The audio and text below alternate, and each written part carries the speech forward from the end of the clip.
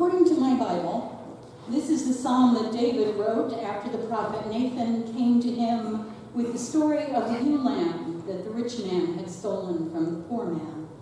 A parable he told so that David would understand the severity of his crime against Uriah, Bathsheba's husband, and also against God.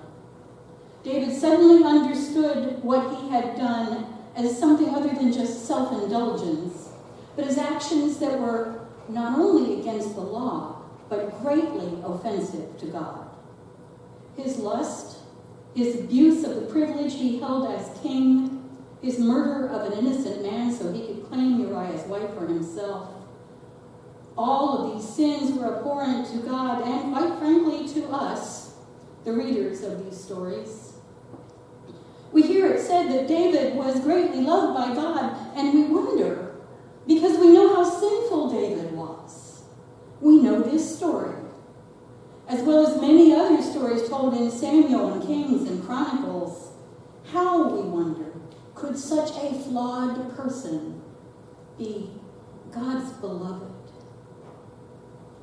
This psalm goes a long way toward explaining that.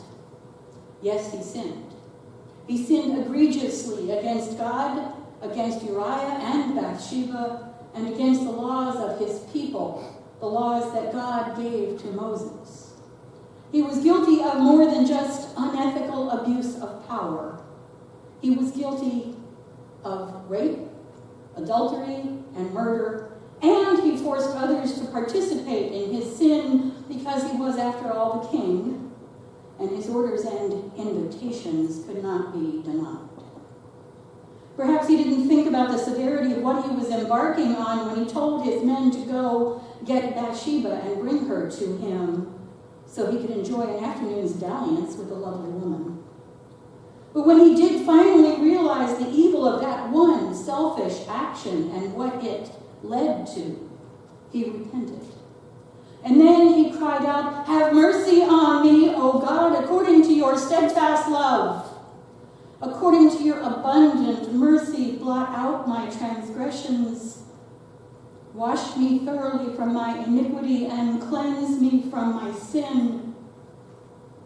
For I know my transgressions, and my sin is ever before me. Against you alone I have sinned and done what is evil in your sight." Coming before God to proclaim his sins and ask forgiveness, David was forgiven. David remained greatly beloved of God, a man after God's own heart, and so it is for us. David said, "Indeed, I was born guilty, a sinner when my mother conceived me." And this we still believe, for we know that humans are prone to error. We have to work at doing what is the right thing and avoiding the wrong. I grew up believing that my sinfulness was so deeply a part of who I was that there was no chance of heaven. Even as a small child, confessing to the terrible sin of talking back to my mother, I knew that I was going to spend thousands of years being punished in purgatory before I would ever know the joys of God's presence. It is perhaps no wonder that I left the church, rejecting God and God's people. It is probably not surprising that I chose to do whatever I felt like, since it really didn't matter whether I was good or bad. I was going to hell no matter what. That was that. That's what I believed. It wasn't until I was taught about a loving, caring, and especially forgiving God in a 12-step program that I started to believe that I, too, like David, was a beloved child of God. I had already made a decision to change my life, to give up drugs and alcohol and other unacceptable behaviors. But once I had God in my life, even before I returned to church, because that took a while, I was able to give up so much more than just the behaviors. Once I was able to turn to God, I was able to give up the resentments and the lingering anger and the things that drove me to that life I had been living. I was able to forsake my old ways. I was able to confess my transgressions and ask God to forgive me and know that he would. Giving up the old ways is no small thing. It's not a simple decision one makes one day and then it's done. It's a process. Not once and done, but a daily struggle that becomes a daily part of life, and soon no struggle at all. But the decision to make that change is more than merely something that feels like a good idea at the time. It's like an explosion in which your soul is suddenly freed from the claws of the way it's always been, of bad decisions and guilt and giving up because you'll never get it right or be good enough. It's that moment of epiphany when you become aware that you are free, like the dove exploding from that cage. Many here will have grown up in church and never left and never indulged in the sorts of unacceptable behaviors that David did or that I did. Many here came to their baptism with a pretty clean heart to begin with. For others, there may be or have been something that is or was a struggle. There may be feelings of guilt or pain, resentment or simmering anger, of inadequacy, of worthlessness. We may even feel guilty for feeling guilty. For all of us, I suspect there are aspects of ourselves we would like to improve or change in order to be more acceptable to God. And so we read further in the psalm, so that we may share David's greatest desire. Purge me with hyssop, he says, and I shall be clean. Wash me, and I shall be whiter than snow. Let me hear joy and gladness. Let the bones that you have crushed rejoice. Hide your face from my sins and blot out all my iniquities. Create in me a clean heart, O God, and put a new and right spirit within me. How do we do this? How do we make the changes that will give us that clean heart, that will accept that right spirit from God? About 600 years ago, Ignatius of Loyola, who was the founder of the Jesuits, wrote a series of spiritual exercises. The very first of those exercises is called Particular Examination of Conscience, to be made every day.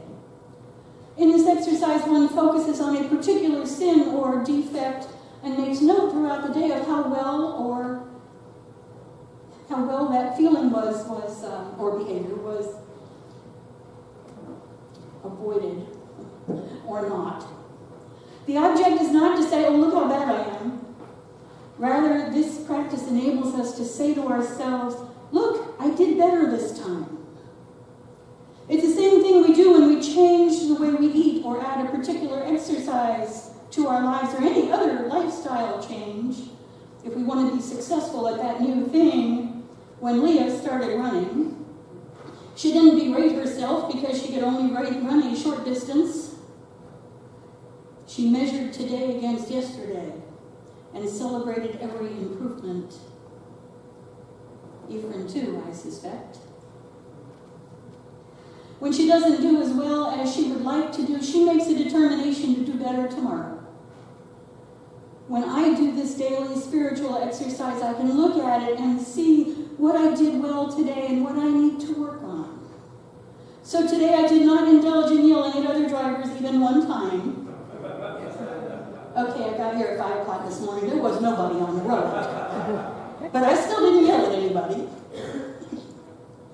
Today I only ate one cupcake, not all of them. That was yesterday. Today I remembered to tell my friend how special she is to me. I'm telling you now. And if I didn't do very well on any particular day, there's always tomorrow. It is a given that we will sin, that we will make mistakes, that we will trespass against others in one way or another. We are human and prone to error. But just as David was forgiven and remained God's beloved child, so too are we forgiven. When we forsake our old ways and ask God's forgiveness and go forward with a willing spirit to make the changes that are necessary every day, God will create in us a clean heart, a new heart, a heart that is dedicated to a loving God and to teaching others the good news of God's love, compassion, and especially forgiveness. The good news that we have learned from God's beloved Son, our brother, Jesus the Christ. My brothers and sisters, please stand with me and pray to God, singing, "Create in me a new heart."